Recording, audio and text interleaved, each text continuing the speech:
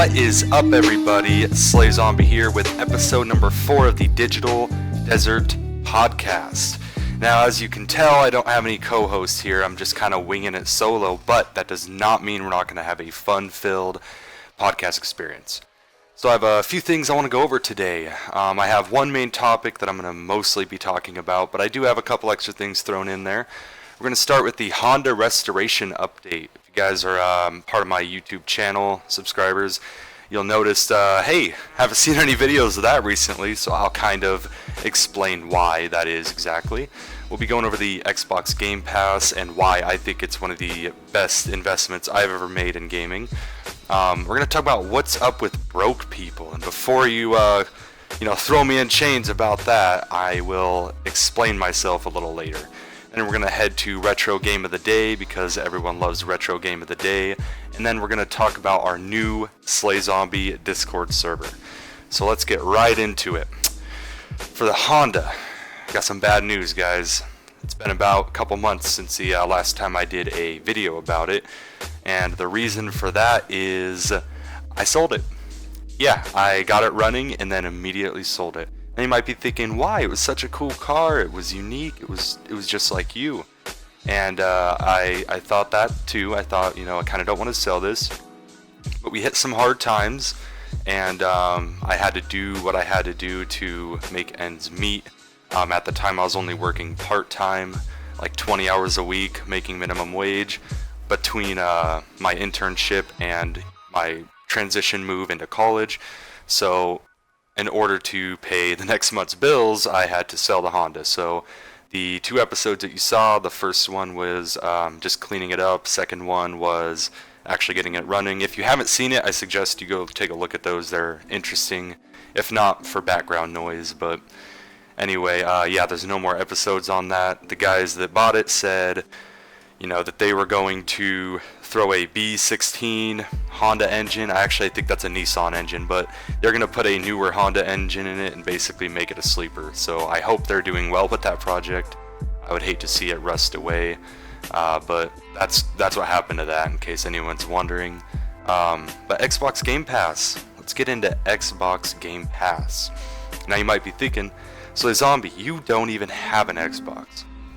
Well, you're right, but I do have a PC. And Microsoft owns both Xbox and Windows, so it only makes sense for them to make games for both, right? Well, that is correct. And for $10, you can have the PC Beta Xbox Game Pass. Now, what this is kind of think of like Xbox Gold, right?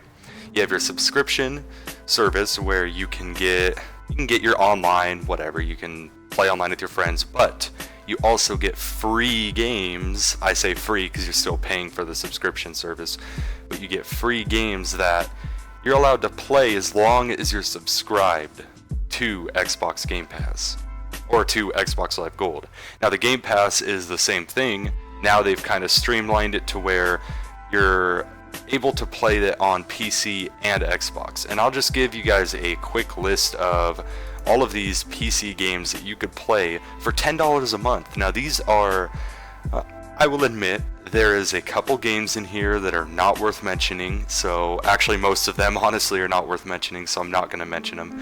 But I'll mention the ones that I think most people are interested in. And if you're interested, you could definitely take another look on your free time and check it out. I say it's worth it. The only little stickler in there is you have to have Windows 10. So if you have Windows 7, like me, you're going to either have to get another hard drive and put Windows 10 on it, like me, or you're just going to have to bite the bullet and upgrade. Now for the games, I'm just going to go through them real quick. You got Prey. You got Ark Survival Evolved, which was a big early access game. Not so much anymore, but it's still good. You got Astroneer, Rise of the Tomb Raider. Let's see what else is worth buying here. Bridge Constructor Portal, which is kind of like a Portal game mixed with a bridge construction game, obviously. Broforce, excellent game. I highly suggest it. Sea of Thieves.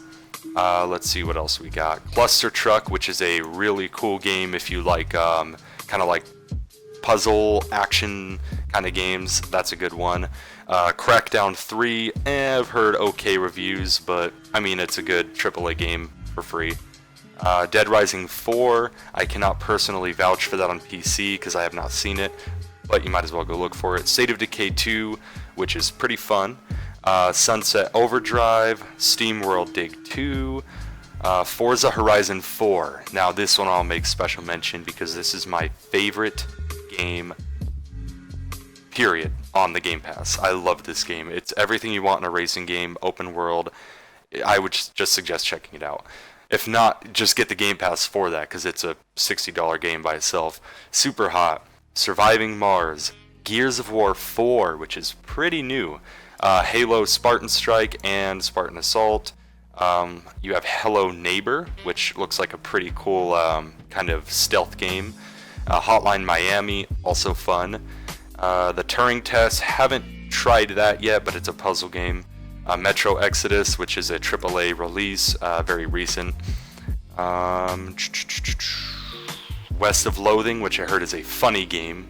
If you like just kind of comedic relief when you're gaming, that's a good one. We Happy Few, and that one kind of fell off the wagon, but it's still cool. And then Wolfenstein 2, the new Colossus. So as you could see, if you're a gamer, and especially a PC gamer, I mean, all those games I mentioned added up, if you were to actually buy them, even on sale, would far outcost, I guess is the word I'm trying to say, the $10 a month. And they keep adding more. They add more every month. So you get the games that you have, plus they just throw on more games. And I think Gears of War 5, on release, will be a Game Pass game. So not only are they releasing games that are already released or have been released far in the past and kind of revamped, they're releasing brand new games on Game Pass. I think it's a good idea. I bought it. I'm always skeptical about subscription services because just having that monthly cost come out of your check, it kind of eats away at what you want to put towards savings or investing. But it's cool, you know. I play games all the time, and if you want to check it out, I highly suggest you just take a look at it, if nothing else. Sorry, had to clear my throat there before I get into this semi-deep topic. Now, this is the main topic of the show. What's up with broke people? Now, I myself, I am 21, so it's not like I know everything in the world, and I admit I have made some questionable financial decisions in the past, but I've learned from those mistakes, and I vow to never repeat those again. And even though I've made mistakes, some of the mistakes I see people make are so ridiculously just careless that I couldn't imagine myself, even if I was really struggling to make these kind of purchases, right? I just would not, I just can't even, I'll just put it into words here. Let's start with buying vehicles, right? Most people in America drive. That's a given fact. Public transportation is not really that big. It's never really been big unless you live in really dense urban areas like New York City. That's where it's big. Some places in LA. But for most of America, it's the highway system, my way or the highway, basically. You drive a car, everyone has a car. It's weird if you don't. Other countries, it's not like that. You know, you go to places like, let's say, Denmark, for instance. It's almost weird if you have one. It's like everything is so close. We have beautiful bike lanes. Everybody, you know, wants to bike. Why would you have a car? It's expensive. But here, we have a much different outlook, although we are a much bigger country, to be totally fair. But I just want to talk about car ownership, not the actual act of car ownership that I think is stupid, but buying new cars, especially financing it. Now, as a disclaimer, I have bought a semi-new car. In 2018, I bought a 2014 Mazda 3 for, I think, $12,000. Bad decision, but I was a delivery driver at the time. I had a semi-unreliable car, and I just had some bad luck with some Craigslist cars I got. So I decided, you know, what the heck, bite the bullet, get something reliable.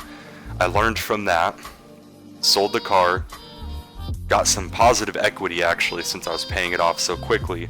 I was putting a lot of my income into paying off the payment, avoiding interest as much as I could.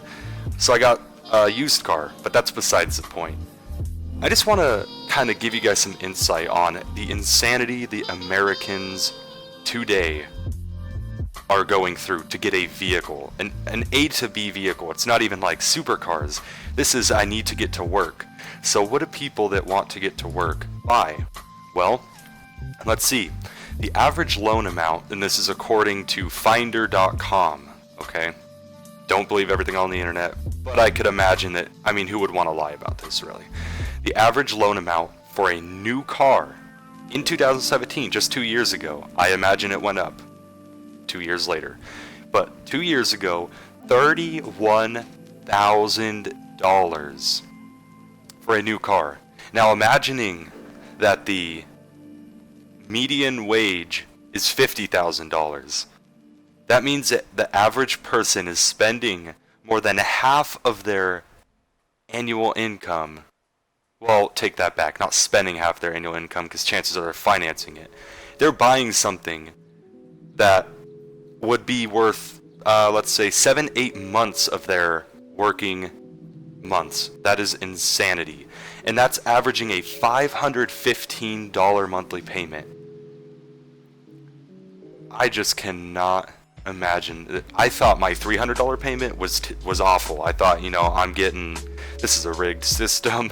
They gotta be charging me for something I don't know about. But people are just, $515 a month. Now granted, people make a lot more than I did when I was a delivery driver, but that's still crazy. Think of what you could do with $515. Think if you just put $300 into savings, $200 into investment. You would have, by the end of, let's say, 4 months, over $1,000 in emergency fund. But people would rather spend, or actually over $2,000 in an emergency fund. Sorry, if you actually put the whole $515 into savings. Why would anyone be okay with this? And it's annoying because I hear constant complaints, right? Everybody, oh no, it's hard to make a living. This world is pitted against us. Nobody can make it. Only the 1% can make it. But then you look at things like these, right? Where the average person is paying a car off for 68 months. A car they couldn't even afford. Most people can't even come up with the down payment of a couple grand. Now, if you can't even come up with a down payment, what makes you think that you could afford? Now, granted, it's over time, over 68 months. What makes you think that you could afford a $31,000 vehicle? It's stupidity. Nobody's forcing you to get a new car. So when you say, I need a reliable car, you're thinking, I need something that's brand new. There's plenty of reliable cars out there. I have a 2001 Saturn SL. I've had it since October of last year, so it's 9 months. Never broke down on me once. I paid $3,000 for that car. It was in good condition. I did fix a couple things up, but that will definitely be less in the long term than buying a new car. Why doesn't anybody just buy a used car if they're so worried about being able to pay for payments? I can't imagine that. It's insane. If you have a brand new car and you're making $30,000 and you just bought a Mustang GT, I feel no sympathy, zero sympathy if you cannot make that payment. I feel zero sympathy if you can't pay your bills, if you can't go buy food, especially if you have a family and you're going to make such a poor decision as to buy a vehicle that you cannot afford. I have no sympathy for you. I wish I could say I did, but that is just ridiculous. You made that choice on your own. Nobody forced you to, and you have to deal with the outcome of that. And now most people just complain online, talk about how the world's against them and that they need to make a living wage. But in all honesty, the living wage right now, the minimum wage, at least in my state, I think it's at $12 now. I haven't made minimum wage since February, so I'm not 100% sure if they've raised it again like they have in the past couple years, every year. But it's pretty livable. You just have to live within your means. And living within means does not mean I get a 5-bedroom house, a brand new Honda Civic, and I have an RV for trips on the weekend. That's not what a living wage is supposed to mean. A living wage is I can afford a roof over my head, electricity, and food for my family. It's a living wage, not a exceeding my living, not a living frivolously wage. It's a living wage. So I also have another example, okay? This kind of has to do with the car. Think about how much people are paying for their car, right? $30,000, right? Let's say $30,000 is, I just bought a Honda Civic Type R or whatever for $30,000. The average depreciation rate on a vehicle that is brand new, according to Bankrate, vehicle loses 15 to 20% of its value each year. So now think about it this way. Not only did you buy a car you can't afford, but if you keep it for any more time than the first 1 or 2 years, you're going to be in debt even when you sell it. When you sell it, you will still owe money because chances are that $30,000 car in 2 to 3 years is going to easily become an $18,000 or $20,000. So now not only are you stuck with a payment, but when you try to sell that car, even if you successfully sell it, you're going to be in the whole 10 grand. How are you going to buy a car when you didn't even have money in the first place? So you're just trapping yourself. And for any people who are coming out of high school, never had a car, or you're even in college thinking about getting one, take my advice. I have done this before. Do not buy a new car. Get yourself a 2005, a 99, a 02, whatever car you want. If you want a specific model, get that model, but get the 15 years ago model. Search around, find one in good condition, and you will not regret it. It's insane the amount of money that you lose on buying a car. It is the worst investment you can make. It's not only just a poor investment, it's like a reverse investment. You are buying something that you know when you buy it, in your head it's losing money. I couldn't imagine doing that again. I did it. I did not spend $30,000. I didn't even spend half of that. But what I did spend made me instantly regret it. About, let's say, a month later, I knew I made a mistake, right? So I've been through it. A lot of people have been through it. Don't try to keep up with the Joneses. Don't say, oh, neighbor Ted just bought a new, Shelby Cobra. I guess I better go get a new Golf Turbo GTI or something ridiculous like that. Because for one, nobody cares what you're driving. 2, most of the expensive cars make you look like a douchebag anyway, like a Mustang GT. And 3, you can put that money into anything you want, really. When you have $500, because that's the average payment, you have $500 a month freed up, you can do anything you want. You can go on a trip. There are trips that are $500. You can go on a trip every month if you want. You can put it towards student debt if you have that. You can buy speakers for your new crappy car that you just bought because I said you should.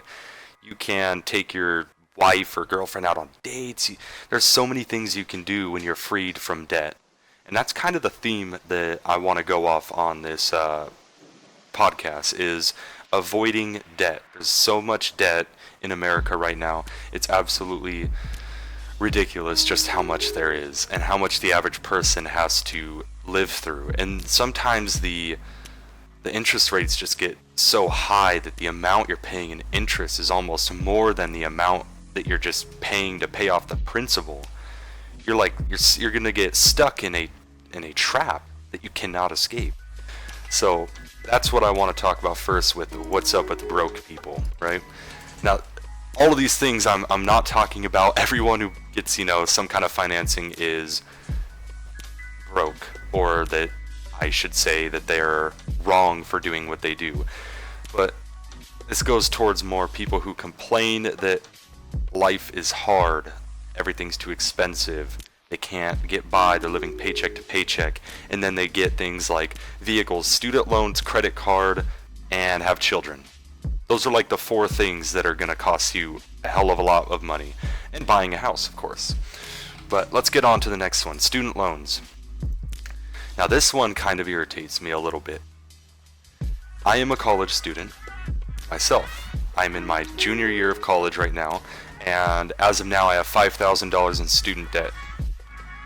I took what I like to call the smart route, but some people may not think about it that way. If you don't have good scholarships, like I didn't have good scholarship. I had a scholarship to community college, and that's what I used to start my college education. If you have a full ride, disregard this advice. Go to college, go to 4 years, have the experience, have fun. But if you're like the other 90% of us that do not get full rides and have to finance our own college, take heed to this advice, okay? Student debt is the only thing that is not bankruptable. If you get disabled, yes, they will clear your student debt because if you're not able to work, you can't pay it back. But if you're just like your average Joe and you get into some financial trouble and you say, oh yeah, just take everything I have, bankruptcy, clear it all away, there, no payments, I don't have anything in my name, but I don't have any more payments.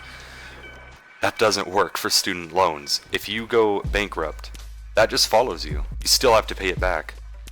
When you're sick, when you're in the hospital, you still have to pay the student loan. You can't sell your student loan. It follows you. So be careful on how you take out a loan. I would say first 2 years community college. Let's be real. Your English 101, your Psych 101, your intro to chemistry, your intro to Spanish, whatever you're taking in the first 2 years is going to be almost identical in the 1,000 a semester college or community college than it will be in the 10,000 a semester 4-year university. You're paying multiple times more for the same education at the first 2 years. Now when you start getting into your upper division classes, it's different. Go to a 4-year. Chances are your community college won't even offer upper division past the 200 level. But you will have nearly identical education by going to a community college. You just won't have the experience. But people pay a lot for the experience. The average college debt, I believe, let's see, I think I actually have it pulled up here, about $50,000 is the average college debt. At least that's what it's saying here on this Fast Company website I just pulled up a little bit ago. That's crazy. I just don't understand how that can happen. I mean, how can you put yourself through that just to get a job? There are plenty of jobs out there. If you don't want to get a college education, you could become a professional welder. HVAC, if you become a professional HVAC, they make good money. There are a lot of jobs that are pushed aside for the college experience, and they are hiring out the ass right now because people are going to college. Nobody's filling up these trade industry jobs. There's a insane demand, for example, auto technicians, right? You become a good auto technician, you can make 6 figures. You just have to master it, and every job requires mastery to move up. You don't have to go to college. But if you are going to college, first 2 years, community college, and in that 2 years, if you can, save up some money to pay for the last 2 years, and you can get out making whatever money that your degree offers for no debt. No debt, if you pay it off as you go. Let's give some quick examples, right? From this website, Fast Company here. This gentleman has a student loan debt of $53,000. Income, $50,000. He has more student debt than he makes in a whole entire year. That's pretty insane. So this guy graduated from college in 2008, just as the recession hit, struggled to find a full-time job. That's unfortunate that he had to experience the recession. I personally didn't, but I could kind of empathize that yes, that was a hard time. If you come out of college at that time, that was just the worst timing possible, I would imagine. But this guy, I can understand he probably withheld on paying because he had to pay bills. It was hard. Probably had to take some minimum wage job. The thing is, he went back to school. He had to take out another $12,000 in loans, bringing his total balance to about $50,000. By 2015, that number had inched up to nearly $60,000. So now he's $60,000 in debt. I'm curious as to why he would go back to school if he graduated with a degree. I say, graduate with your degree, work in whatever that you have a degree in, whatever field. If it's psychology, be a psychologist. Don't go back to school for your master's or your PhD until you pay off your first student debt. I mean, in all reality, it shouldn't take that long. If you really push towards it, it shouldn't take that long to pay off $50,000. And if you have $50,000 in debt, let's be real, you should have a degree that's worth $50,000. I see insane amounts of student debt. Dave Ramsey, if you guys watch Dave Ramsey, sometimes he'll get callers that are talking about, oh yeah, I have $100,000 in student loan debt. Oh, what are you? Oh, I am a psychologist, we'll use that, or a sociologist, we'll use that example. The amount that you make per year does not match up to how much debt you can go into with those kind of career paths. You need to look at how much debt you're going to go into versus how much you're going to make when you come out of it. And if you're going to be spending more to get this job than you will get in your income, don't do it. Pick something else. If you really like it, save up. I don't know. I mean, it's just it's too much to live like that, to try to pay back that amount of money. I couldn't picture doing that. I mean, for my career path, I'm right now I'm a software developer at my company. When you graduate and you decide to go full time, because I'm an intern right now, you get $75,000 a year. $50,000 is an intern. $75,000. I'm gonna be estimated $20,000 in student debt. I would say that's a good ratio. You can pay off, and this is just saying if I want to live a comfortable life, I could pay that $20,000 off, making $75,000, 2 years easy. Probably even less if I wanted to push it. But I mean, making $50,000 and getting up to $60,000 in debt, as this guy did, I don't know, man. That just seems like he made a dumb choice, and over the years, he knew he made a dumb choice, but he kept doing it. There's no way he didn't know that, hey, this is probably a bad idea. Yeah, I don't know. It's the amount of time it takes to pay off that debt, how much times people spend as a slave to their debt. Right here it says, let's see. By the way, total student debt, in case you didn't know, $1.6 trillion. That's with a T, not a B, not an M. $1.6 trillion in student loan debt. Wow. And the amount of time it takes for the average person to pay it off? 2 decades. And that's $40,000 of student loan debt. People are a slave to their student loan debt for 2 decades on average. Now, if that's not sad, I don't know what is, honestly. We're just gonna hit this next topic real quick, within the same kind of category. Credit cards and taking out loans for things that maybe you don't need. I am a perpetrator of this spending on credit. I do have $2,000 right now on a credit card. I have put that much on the credit card over the past, I want to say, 5 years. So in 5 years I've racked up $2,000. That's not terrible, and in reality 1,000 of that was due to some really actual rough times where I was dead broke and I was, either in between a job, working in high school, or, moving around in college.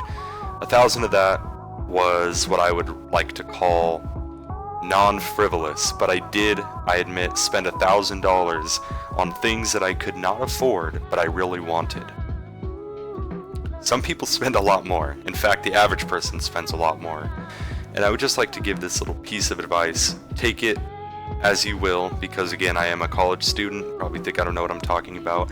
And honestly, I probably don't know what I'm talking about. I'm just talking from the heart what I think from my own experiences and from what I've read, from what I've listened to over the years, from hundreds of people give their stories about them being in debt and how much their life is improved when they're out of debt.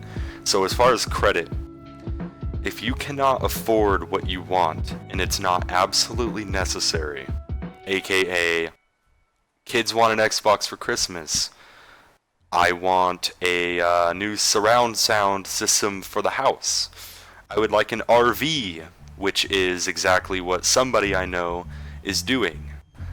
Just a quick side story.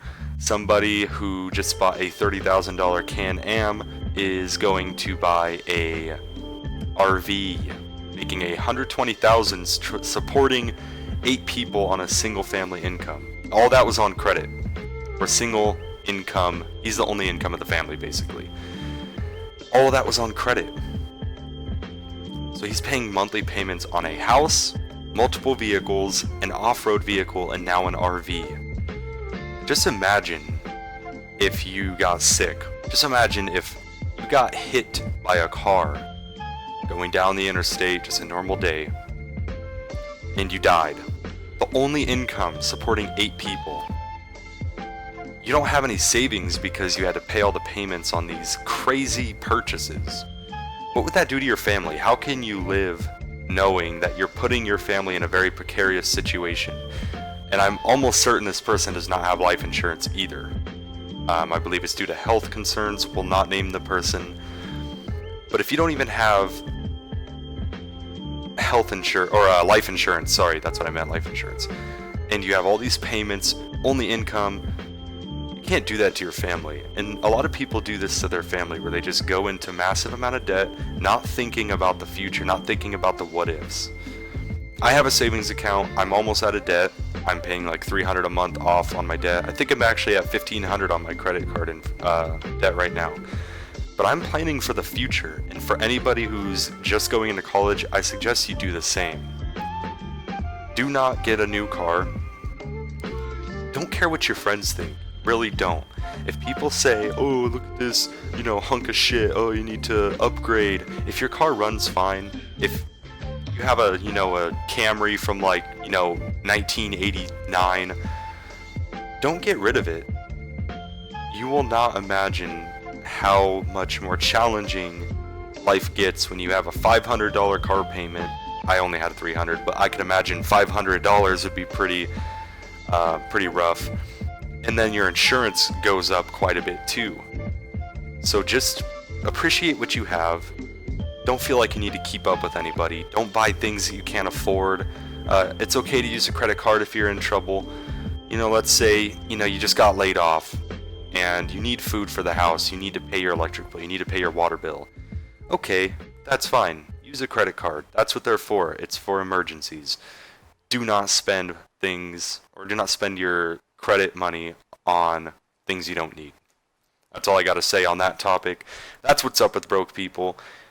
If you're the type to complain about, I don't have enough money for this, life is too hard, living paycheck to paycheck, and you have a various assortment of all the things I just talked about, that's on you. And you got to figure out how you're going to get out of the debt. I would love for you guys to get out of debt if you're in debt. It's an amazing feeling when you don't have any payments.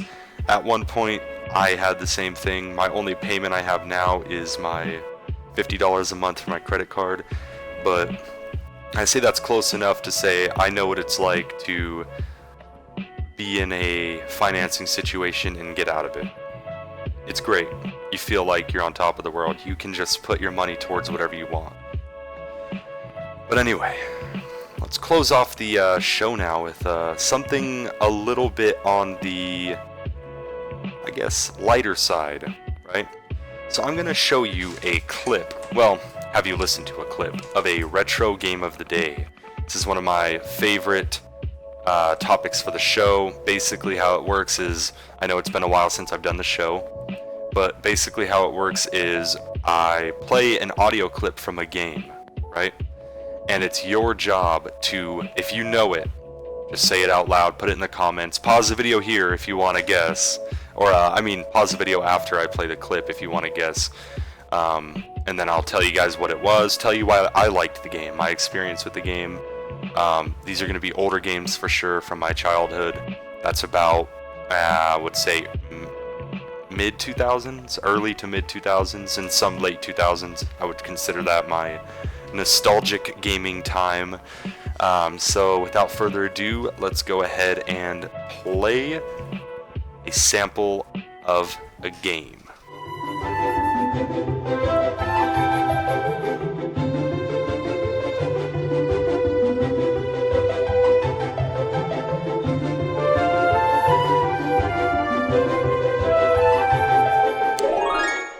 And if you think you know the game, pause, go to the comments, write a comment of the game you think it's from.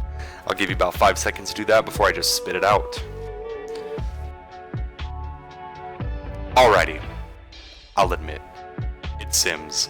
Sims, the original one, of course, and this is the buy menu music. So when you're buying furniture for the house, this is what plays.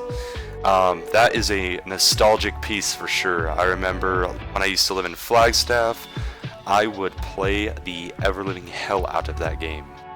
I would play it all day and all night on my early 2000s POS computer, because that's all it could run at that point, was just The Sims. And I had all the expansion packs, all like 15 of them, and it was just a blast of a game. And from then on, I really enjoyed playing any kind of simulator game, Sim City, City Skylines, more Sims. But if you like that game too, hopefully that was a little nostalgic flashback to, I guess, times past when the game wasn't always about graphics and it was a lot about gameplay. I have some good news, by the way, kind of using this as a segue. Speaking of games, we got a new Discord server out. As you can see on the screen here, we have a little sampling of the Discord server. I'll be sharing a invite link down at the bottom in the description. Also on screen, eventually I'll have one popped up here of an invite that you can use, and you can join the server. Now in this server we do memes, we do debates. It's a little empty now. That's mostly just because, well, it's new. I just made it today. But we've already got a couple people in there. You can just talk about general stuff. I have a nostalgia if you're really into old games, old movies, old TVs, whatever. But yeah, just join the server. We'd be glad to have you. And with that being said, I think it's time to end this 4th episode. I know it's been a while since I've done one. Kind of got busy, kind of forgot, honestly. But hope you enjoyed the refresher back into the Digital Desert podcast. And maybe next time we'll have my co-host Mercedes joining us. Maybe we'll have Caden if he's not too busy, being a 13-year-old kid, I guess. But maybe we'll have him on before summer ends and they all go back to being busy kids. My girlfriend going back to, classes and work and everything. But with that being said, I hope you guys enjoyed the podcast, and I will see you guys next time.